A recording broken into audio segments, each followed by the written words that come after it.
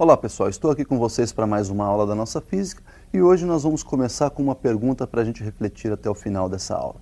A força de atrito é uma força que somente oferece resistência a um movimento ou essa força pode também ser uma força motriz, uma força que movimenta um corpo?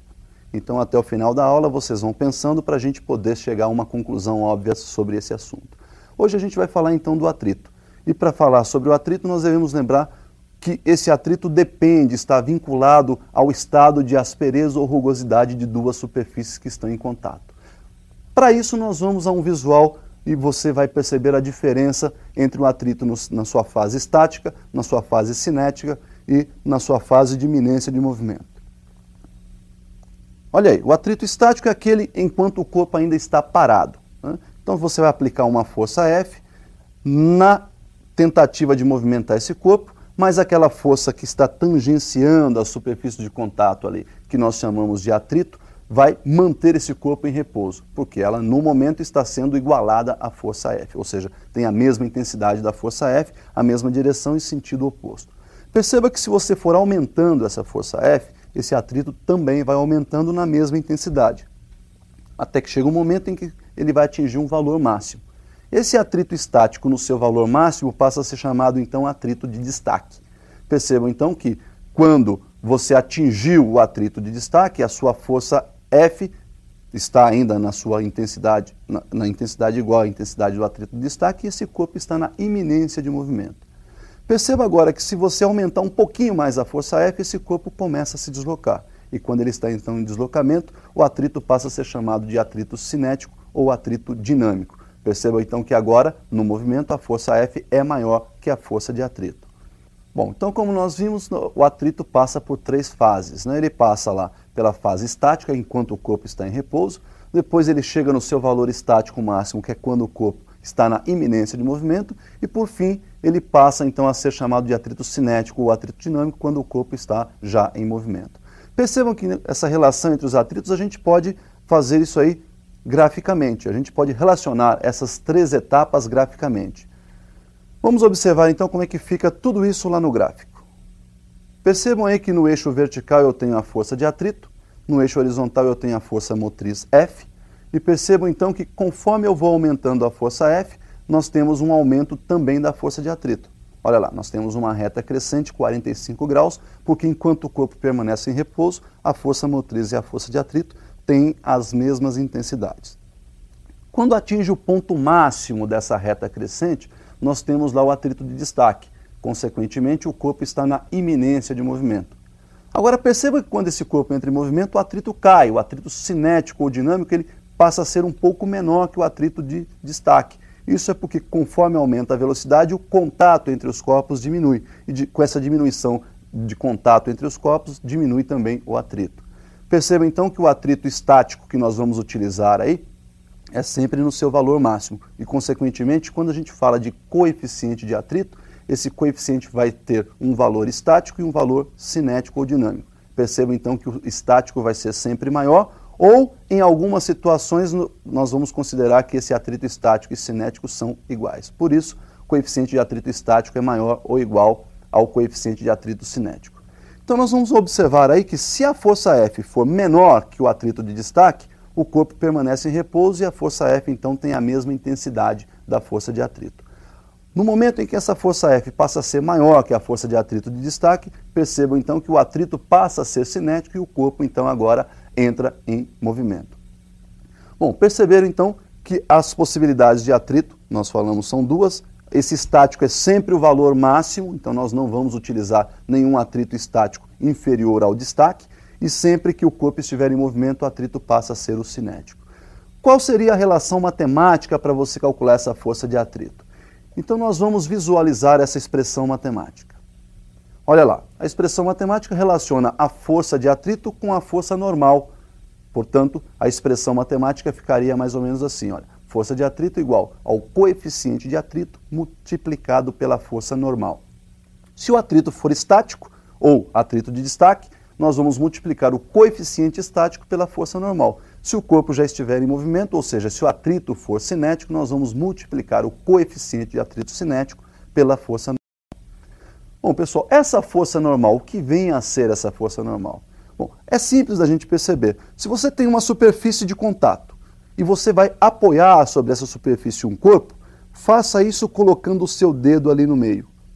A força que esse corpo de cima e o corpo de baixo estão aplicando no seu dedo, comprimindo o seu dedo, é a chamada força normal. É a força que esses corpos estão trocando no momento. Essa força normal tem uma característica, ela é sempre perpendicular à superfície de contato. Bom, então vamos a dois exemplos de força normal. Olha lá, o primeiro exemplo nós temos aí um plano horizontal, né, um corpo apoiado sobre esse plano, a força motriz que nós chamamos de força F, a força de atrito no momento de destaque, estou considerando que esse corpo está inicialmente parado. Perceba então que existe a força de gravidade empurrando esse corpo para baixo, que é a força peso, e a superfície não deixa esse corpo descer, empurrando então, obviamente, esse corpo para cima. Nesse caso, a força que a superfície exerce sobre o corpo, não deixando ele descer, nós chamamos de força normal. Percebam então que nesse caso, na vertical, só existem duas forças, a força normal e a força peso. E os seus módulos então são exatamente iguais, uma vez que esse corpo não está nem subindo e nem descendo. Já o exemplo número 2, percebam que nós temos um plano vertical e para você apoiar esse corpo, você tem que pressionar esse corpo sobre esse plano vertical. Olha lá, vou aplicar uma força F empurrando esse corpo contra o plano vertical, o peso está puxando esse corpo para baixo e o atrito não deixa descer, portanto o atrito está puxando esse corpo para cima. A força normal, então, obviamente, é a força trocada entre as superfícies de contato. Eu empurro o corpo de encontro aí com o plano vertical, esse plano reage empurrando esse corpo no sentido contrário. Essa força aplicada pelo plano sobre o corpo, nós chamamos então de força normal. A força normal, nesse caso, em módulo, terá a mesma intensidade ou o mesmo módulo da força F que você aplica para manter esse corpo encostado no plano vertical. Bom, então nós temos aí dois exemplos de como calcular essa força normal. Percebam que a força normal está vinculada a cada situação. Não tem um modo de se calcular a força normal. Ela vai variar conforme variam as situações. Vamos observar um outro exemplo aí que seria o plano inclinado. Olha lá, no plano inclinado nós temos aí, por exemplo, esse corpo, né, já numa posição em equilíbrio, a força peso vertical para baixo, a inclinação desse plano ângulo θ, e percebam que essa força peso pode ser decomposta em duas direções. Uma que tangencia esse plano inclinado, portanto é a força que vai movimentar em algum momento esse corpo para baixo, e uma força que é perpendicular a essa superfície de apoio, que é a componente normal da força peso.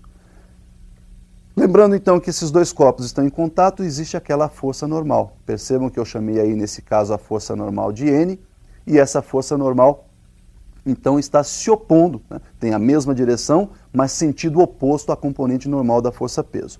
Para você desmembrar essa força peso e calcular aí as componentes tangencial e as componentes normal, você vai usar lá o seno e o cosseno, né? Para você calcular então o cateto adjacente ao ângulo θ, que é a componente normal desse peso, Pn, é só multiplicar a hipotenusa, que é o P, pelo cosseno de θ.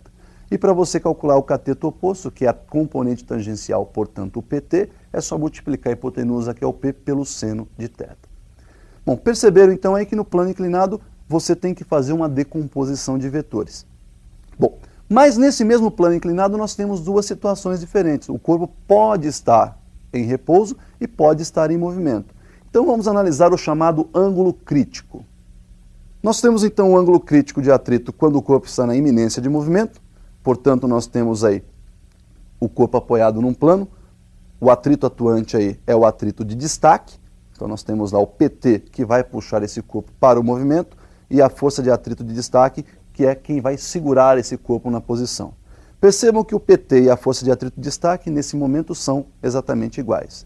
Substituindo então o PT por P seno θ, como nós vimos na tela ou no visual anterior, e a força de atrito pela sua expressão matemática coeficiente vezes força normal, na igualdade P seno θ igual coeficiente vezes força normal. Uma vez que você lembrou aí que a força normal ou a componente normal aí está igualada, né, à nossa componente normal do peso, ou seja, a força normal e o peso normal têm módulos iguais, eu vou então substituir a normal por P cosseno θ. nós temos então que P seno θ é igual ao coeficiente estático multiplicado por P cosseno θ. Perceba que o P aparece dos dois lados, dividindo a equação toda, membro a membro, por P, nós temos então que o seno de θ é igual a coeficiente, né, vezes o cosseno de θ.